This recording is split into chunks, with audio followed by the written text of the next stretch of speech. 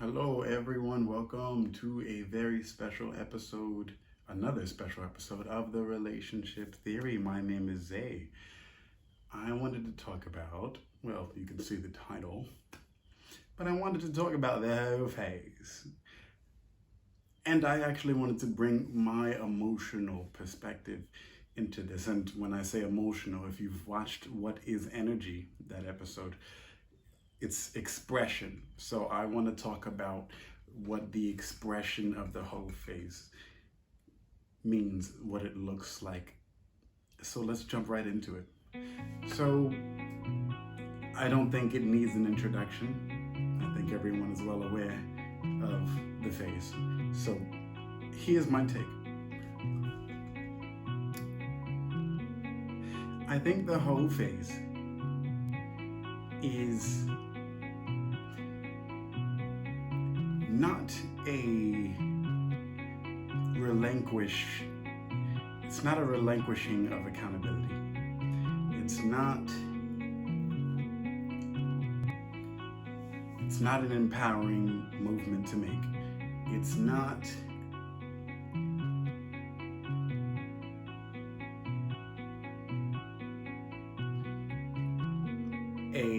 I just want to do whatever I want. And it's not a thing that I did when I was lost because I didn't know what to do. It's none of those things.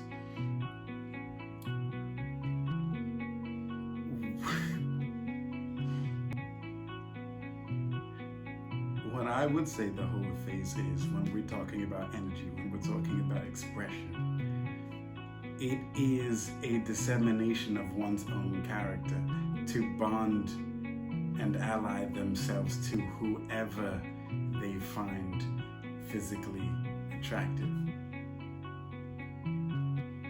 It's literally a psychological abandonment of one's own mind to do something. And the reason why I wanted to break it down like this is because it's not so much of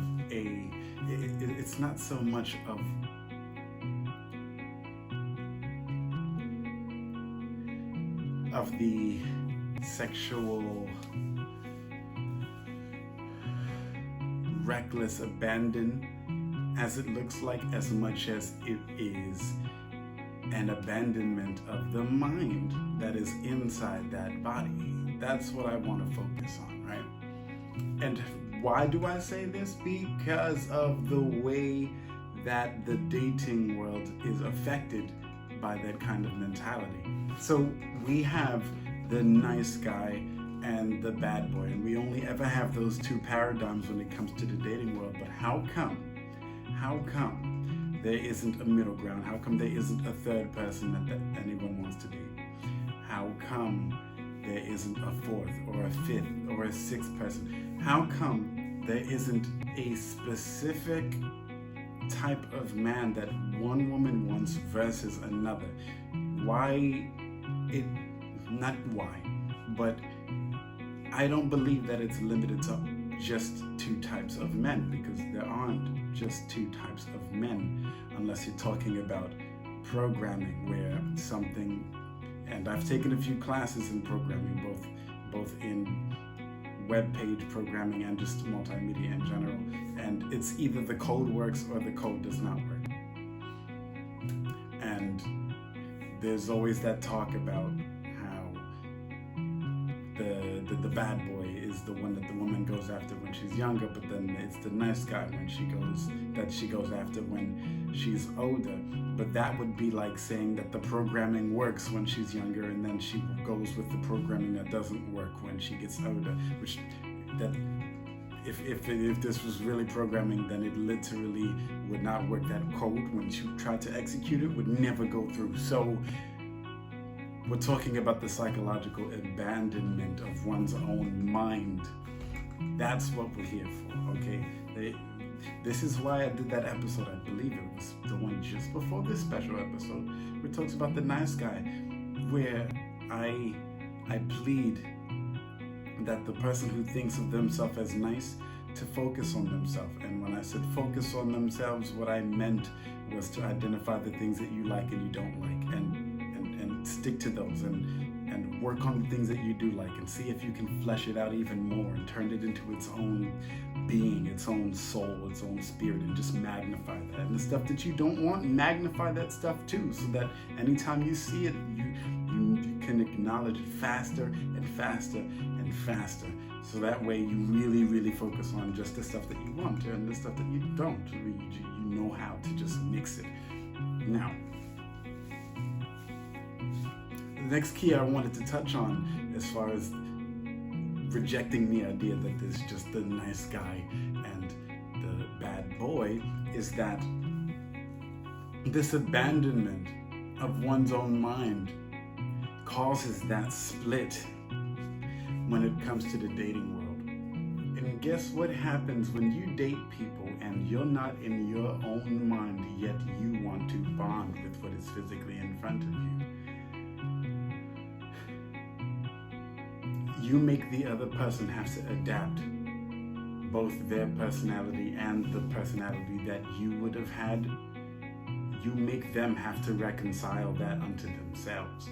So where it would be one person with their dualities interacting with another person and their dualities, you forego your dualities and then you just have the person. This person still retains their dualities because it's not like you told them that you weren't going to include your dualities, right? And so you take your person and you bond to their dualities. Now, if they want it to work, now what they have to actually do is add 2 more dualities to themselves, which means now that they're actually at a crossroad, they're actually at a battle within themselves just to have a working relationship with you.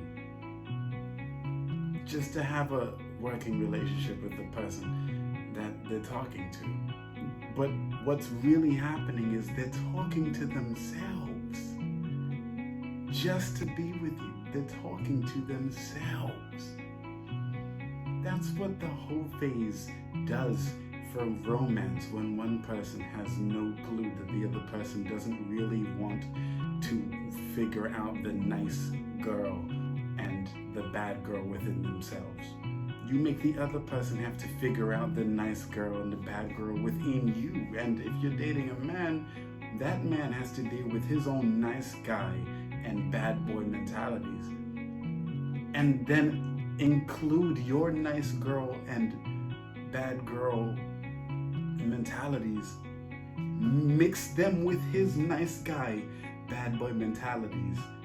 Reconcile them and then express that out to the world. Can you imagine the psychological terror that man has to endure?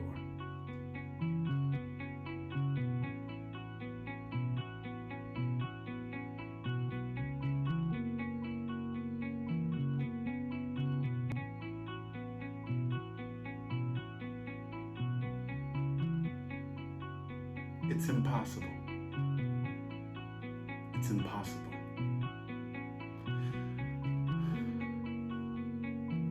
But there's a responsibility here that has to occur if one person doesn't want to deal with the duality within themselves, but they still want to incorporate the person into a relationship. And it really boils down to being completely honest about the fact that you don't want to have to deal with that within yourself. But if you don't, immediately after that, and there is no in between here, you must adapt your own dualities to yourself, and then come back out into the world, because no one can withstand that. No one is built to have 4 dualities bouncing and 2 dualities bouncing within themselves. They come with their own 2 packages that they have to work with, and that's going to get them going for pretty much all of eternity.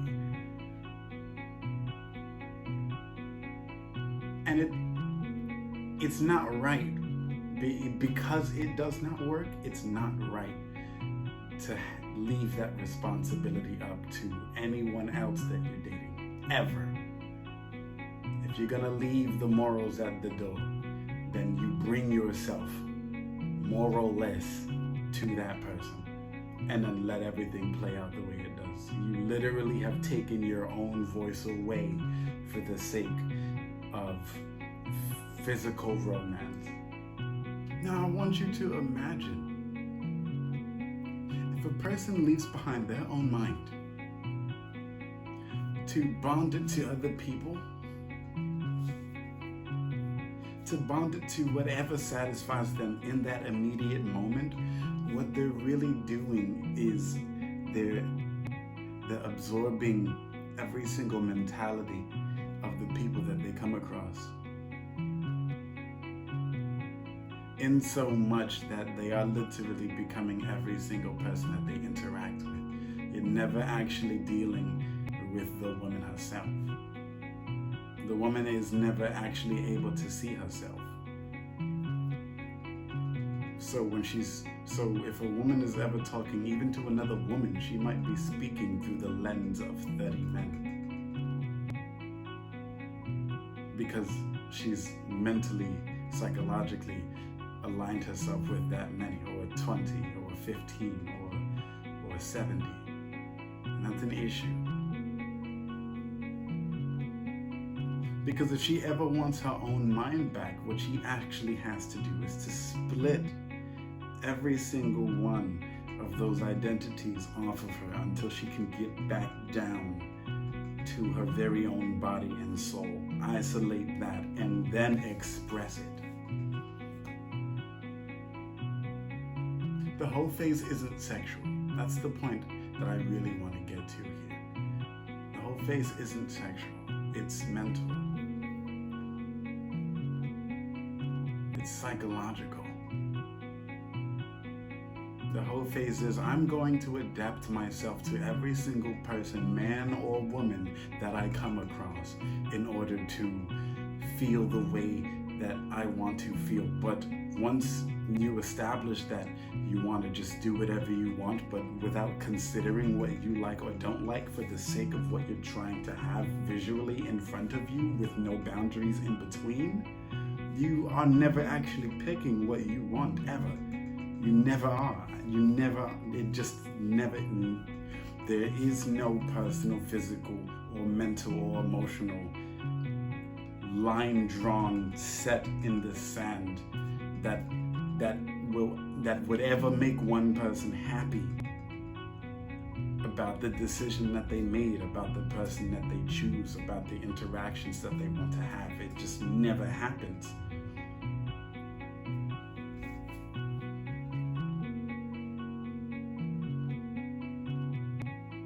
Now, of course, socially, what we're going to do is count how many bodies people have had, and then we're going to make some sort of assumption based on that, because what it really teaches someone else who receives that information is, you don't care about yourself that much, do you?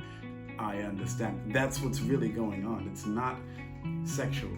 Again, the whole phase is not sexual, which also means men can partake in the same type of mentality, but only if they refuse to set any boundaries according to who they are, their experiences with, and where they came from. The whole phase is psychological, it's mental, it's emotional. It's actually a very, very consistent mindset to have, but it's one that shouldn't be allowed in society if a person isn't willing to establish boundaries for themselves. A line where they can say, okay, no, this is what I don't want. There's a really healthy way to do the whole phase.